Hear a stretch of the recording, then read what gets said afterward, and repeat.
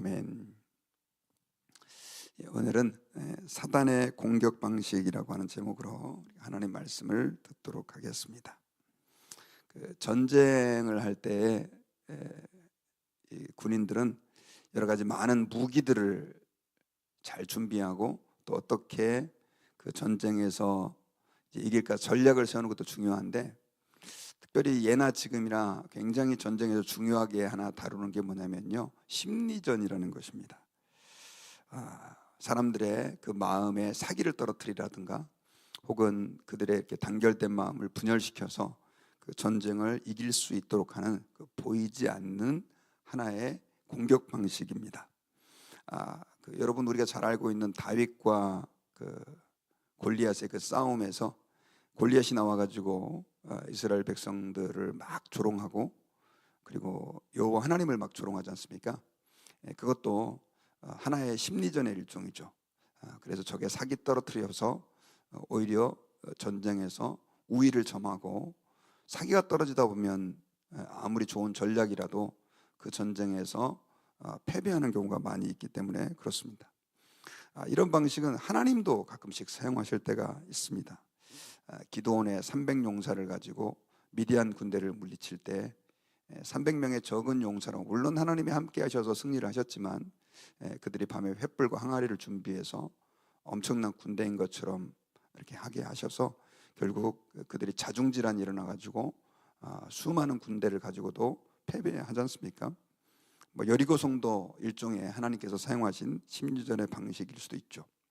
요즘 그 북한의 이 남북한의 그 문제에 있어서 북한에서는 한국 드라마를 보면 막 사형을 시킨다고 그러지 않습니까? 그 이유 중에 한 가지가 이제 그걸 보고 나면 군인들의 마음이 흔들리는 거죠. 그리고 탈북자들이 보면 그 한국 드라마를 보고 그렇게 한국을 동경하게 돼서 오게 되는 그런 일들도 많이 있기 때문에 그렇습니다.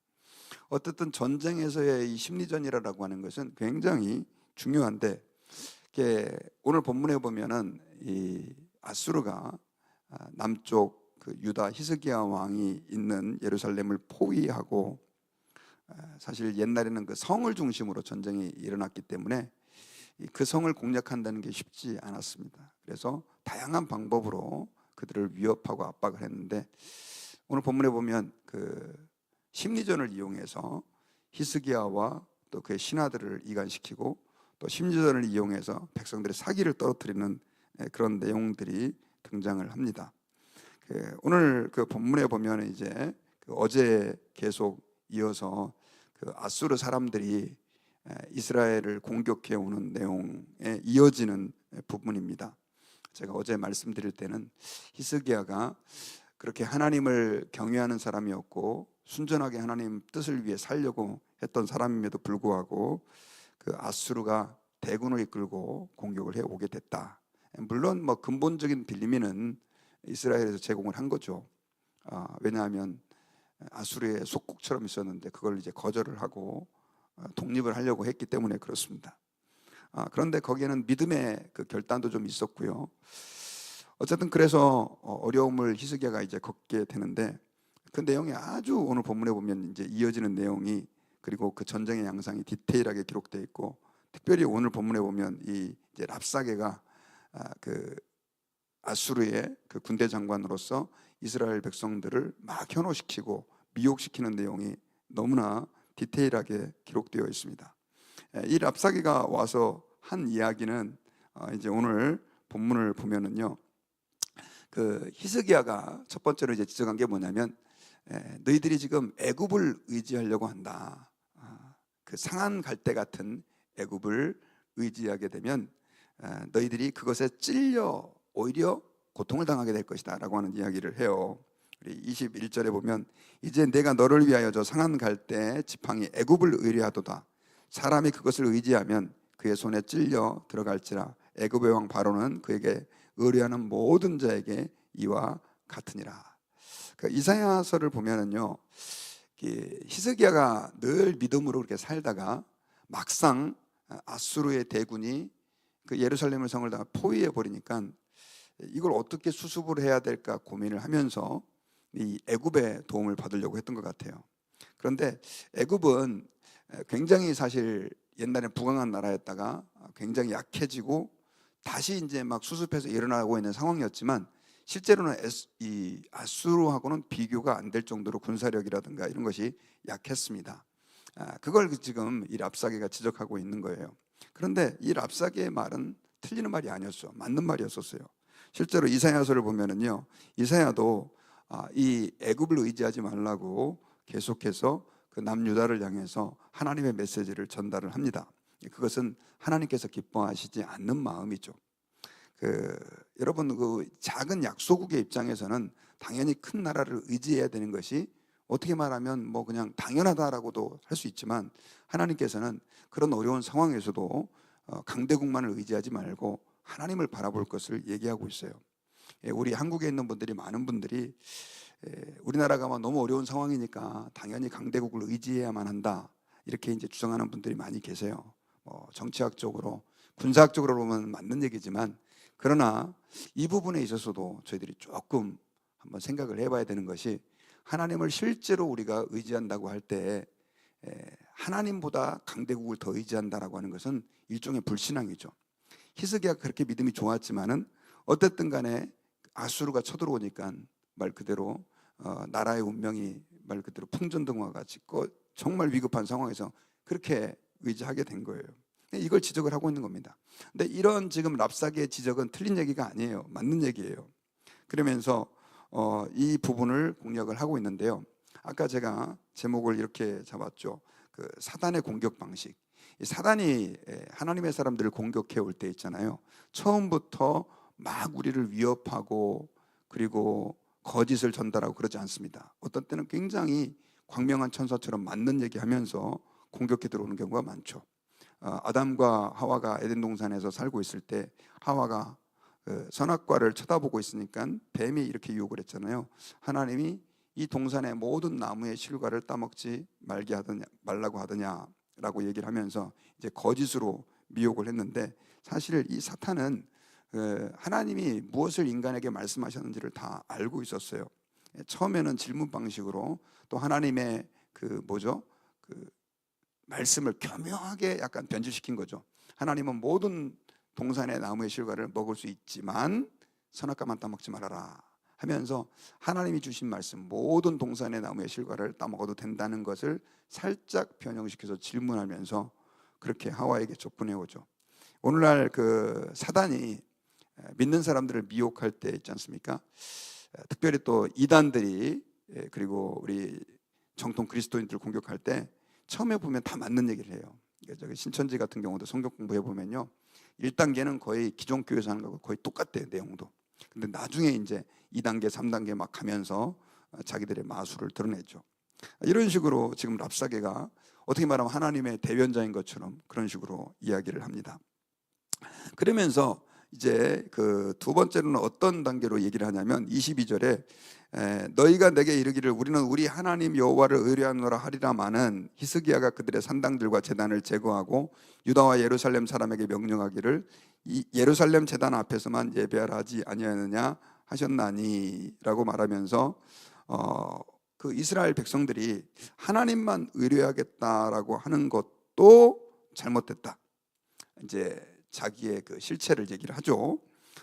사실 그 히스기야는 다른 산당들을 다 제거하고 우상들을 제거하고 오직 여호와 하나님만을 의지하고 예배하고 섬기겠다라고 하는 결단을 가지고 백성들을 그렇게 인도했어요. 이건 맞는 얘기죠. 그렇게 해야 되죠.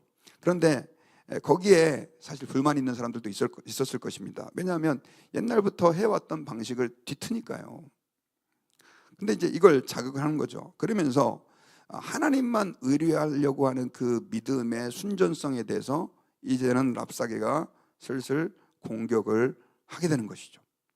그러면서 이 예를 들어서 하나 설명을 합니다. 그게 바로 뭐냐면 23절에서 청하건대 이제 너는 내 주 아수르 왕과 내기하라. 네가 만일 말을 탈 사람을 낼 수 있다면 나는 내게 말 2,000마리를 주리라, 이런 얘기를 하는데, 이게 뭐냐면 니들이 지금 하나님만 의지하고 우리 아수르를 이겨낸다고 하는데 말도 안 되는 소리 하지 말아라.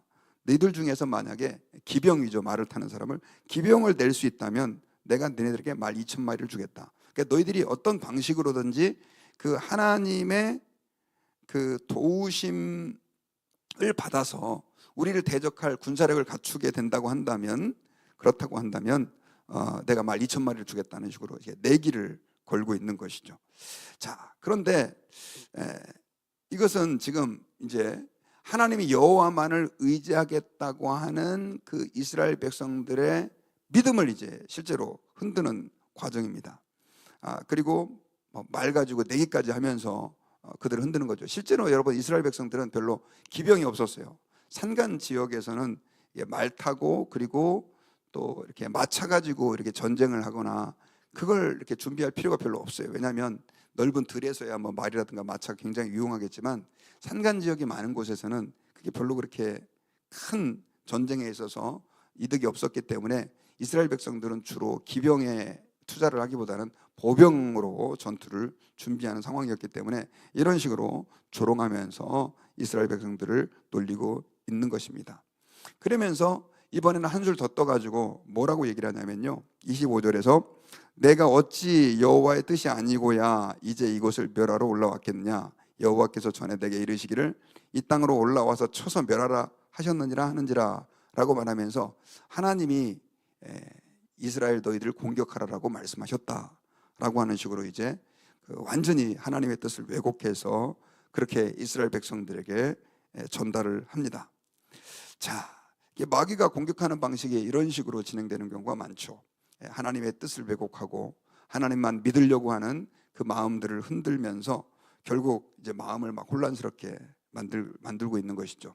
실제로 여러분, 히스기야를 따르고 있었던 이스라엘 백성들의 입장에서는 이 말이 굉장히 그들의 마음을 불안하게 했고, 또 애굽을 좀 어떻게 도움을 좀 받아볼까 하는 그 마음, 그리고 하나님만 신실하게 의뢰하려고 했던 그 마음, 이런 부분들에 대해서 혼란스러워하고 있던 그들에게 어떻게 말하면 폭탄과 같은 그런 선언이었습니다.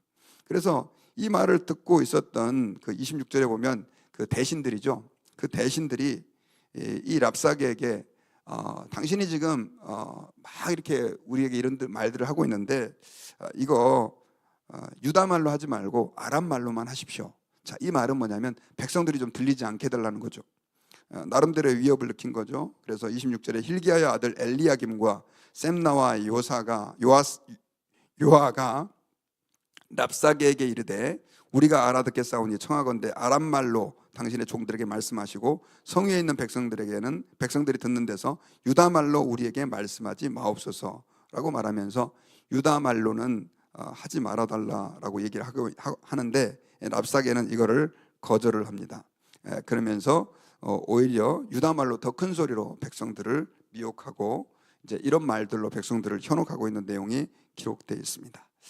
자, 여기서 사단의 그 공격 방식, 여기서는 이제 일반 랍사게가 와서 이스라엘 백성들을 흔드는 방식인데, 사단의 공격 방식은 또 이런 식으로 우리에게 다가오는 경우가 많죠. 아까 말씀드렸던 것처럼 뭔가 우리에게 하나님의 뜻을 올바로 전달한다고 하면서도 교묘하게 우리가 하나님만 의지하려고 하는 그런 믿음을 흔드는 경우가 많이 있습니다. 믿음이 소용없다는 것이죠. 현실을 보라는 것이죠. 여러분, 우리 그리스도인들이 믿음으로 살다가도 믿음이 흔들릴 때가 있는데, 그때가 언제냐면 현실을 바라볼 때입니다.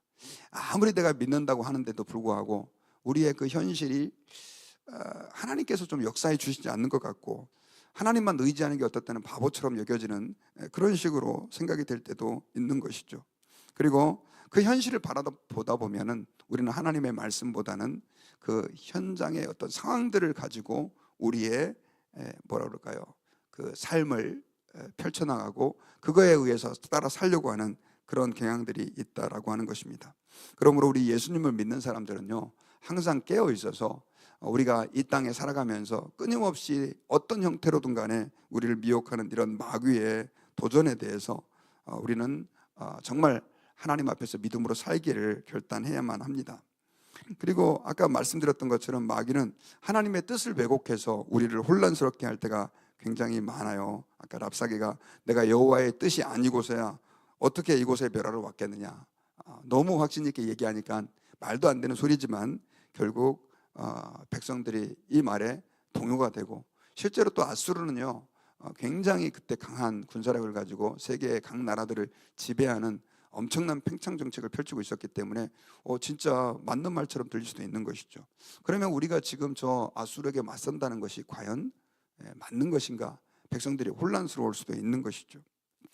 그러면서 히스기야까지 공격을 하면서 내분까지 조장을 하는 거죠. 여러분, 우리가 이 땅에서 신앙생활할 때 있지 않습니까? 때로는 하나님의 뜻을 마귀는 왜곡시키게 만듭니다. 어제도 제가 말씀드렸던 것처럼 우리 삶에 고난이 닥칠 때, 또 때로는 어려움이 찾아올 때 우리는 하나님의 뜻을 분별한다는 게 참 혼란스럽고 힘들어요. 아무리 어렵고 힘들어도 하나님께서 분명히 이런 뜻을 가지고 계시다는 것을 알고 확신한다고 한다면 우리는 그 어려움들을 다 이겨낼 수 있는데, 하나님의 뜻에 대해서 이제 막 헷갈려 버리는 것이죠. 그러므로 여러분, 저와 여러분들이 이 영적 전쟁에서 승리해야 하는데, 그 에베소서 6장에서는 우리에게 어떻게 우리가 영적 전쟁에 대비해야 되는지를 말씀하고 있어요. 우리의 싸움은 혈과 육에 대한 것이 아니라 정서와 권세와 이 어둠의 세상 주관자들과 하늘에 있는 악의 영들에게 대합니다. 우리 예수 믿는 사람들은 실제로 눈에 보이는 전쟁은 안 한다 할지라도 끊임없이 우리는 전쟁을 하고 있어요. 내가 전쟁을 하고 싶지 않아도 마귀는 우리 믿는 사람을 끊임없이 미혹합니다. 목회자로서 어떤 때는 참 힘든 게 뭐냐면, 정말 우리가 마귀를 건든 것도 아니잖아요. 그런데 성도들이 너무나 많은 시험을 당하는 거죠. 참 마음이 안타깝고 속상합니다. 그런데 많은 사람들이 그 시험에서 견뎌내지 못하고 그냥 푹푹 쓰러지는 거죠. 여러분, 마귀는 영적인 존재고요, 심지어 예수님까지도 대적했던 그런 존재예요. 바보 같은 존재가 아니라는 거죠. 그래서 우리가 하나님 앞에서 이 땅을 살아가면서 긴장해야 합니다. 만약에 마귀가 이 세상에 없다, 마귀가 우리를 공격하지 않는다, 그러면 신앙생활 편하죠. 하지만 마귀는 끊임없이 교회를 흔들고, 또 성도들을 흔들고, 목회자를 흔들고, 또 믿음의 사람들을 흔들어서 그 하나님을 의뢰하는 데서 떠나게 하는, 마치 랍사게가 이스라엘 백성들로 하여금, 그 신하들로 하여금 왕을 불신하게 하고 서로 갈등하게 만드는 것처럼, 그런 식으로 교회를 파괴하려고 하고 성도들을 흔든다라고 하는 것을 우리는 기억해야만 합니다. 그럼 어떻게 해서 그 영적 전쟁에서 승리할 수 있느냐? 에베소 6장에 보면 하나님의 전신갑주를 입으라고 그랬죠. 하나님의 전신갑주는 구원의 투구를 쓰고 의의 흉배를 붙이고 진리의 허리띠를 메고 복음에 예비한 것으로 신을 신고, 그리고 나서 성경에 보면은 굉장히 중요한 것들을 마지막에 얘기하는데, 그게 바로 믿음의 방패와 성령의 검을 가져라, 이제 이런 얘기를 하면서 마귀는 꼭 방어도 해야 되지만 공격도 해야 된다라고 말하면서 우리 그리스도인들이 말씀과 기도를 통해서만이 결국 그 영적 전쟁에서 승리할 수 있다라고 하는 것을 우리에게 권고했습니다. 여러분, 교회에서 아무리 강조해도 지나치지 않는 것이 있는데, 그것은 말씀과 기도입니다. 만약에 이걸 마귀가 알고 있다고 한다면 계속해서 우리로 하여금 말씀을 보지 못하게 만들고, 읽지 못하게 만들고, 듣지 못하게 만들고, 또 기도하지 못하게 만들죠. 우리는 여러분, 기도를 그냥 해야 되니까 이렇게 생각하면서 하는 경우가 많아요. 그러나 여러분, 기도는 영적 전쟁에 있어서 우리 그리스도인들에게 가장 강력한 무기이자 방어수단인 것을 기억해야 합니다. 예수님도 마귀가 공격해 올 때 자신의 권위로 그걸 이기지 않으셨어요. 말씀으로 기록되었을 때, 이렇게 말하면서 마귀의 그 공격을 물리쳤습니까? 여러분, 우리는 오늘날 이 시대에 정말로 하나님의 말씀을 우리의 마음속에 깊이 새기고, 말씀을 많이 암송하고 공부하고 배우고 또 기억하고 애를 써서 이 말씀으로 무장이 되어야만, 그 말씀 안에 굳게 서야만 악한 사단의 모든 괴계를 물리칠 수 있다는 것을 기억해야 합니다. 지금은 여러분, 미디어가 너무 발전해서 사람들이 이 미디어에 의해서 계속해서 소위 말하는 세뇌를 당합니다. 제가 지난주에 노회를 갔는데, 임시노회가 있어서 갔는데, 거기에 잠깐 어떤 사역자 한 분이 나오셔가지고 그 미국 PCA 교회 다니는 분인데, 그 영상의 그 위험성에 대해서 얘기를 하더라고요. 너무 한 15분 정도 그렇게 강의를 했나요? 근데 제가 굉장히 많이 도전을 좀 받았습니다. 사람들이 어떻게 해서 영상에 의해서 세뇌되고, 또 그것에 대해서 체면 걸리는 것처럼 그렇게 되는지. 오늘날 여러분, 일어나고 있는 세계 각 지역에 있어서의 많은 문제들이 유튜브라든가 페이스북이라든가 인스타그램이라든가 이런 걸로 인해 가지고 지금 너무나 많은 사람들이 지금 막 혼란 가운데 있고요. 또 한 가지 더 간과할 수 없는 문제는 그리스도인들마저도 그래요. 그래서 요즘에 뜻 있는 그리스도인들, 그 젊은이들 가운데는요, 나 페이스북을 안 하겠다, 인스타그램을 안 하겠다, 이런 아이들까지 생기고요. 유튜브를 어떻게 우리가 다뤄야 되는가에 대한 이런 문제까지 생기고 있는 게 지금 이게 각 사람의 영혼에 너무나 깊이 지금 잠식하고 있기 때문에 그렇습니다.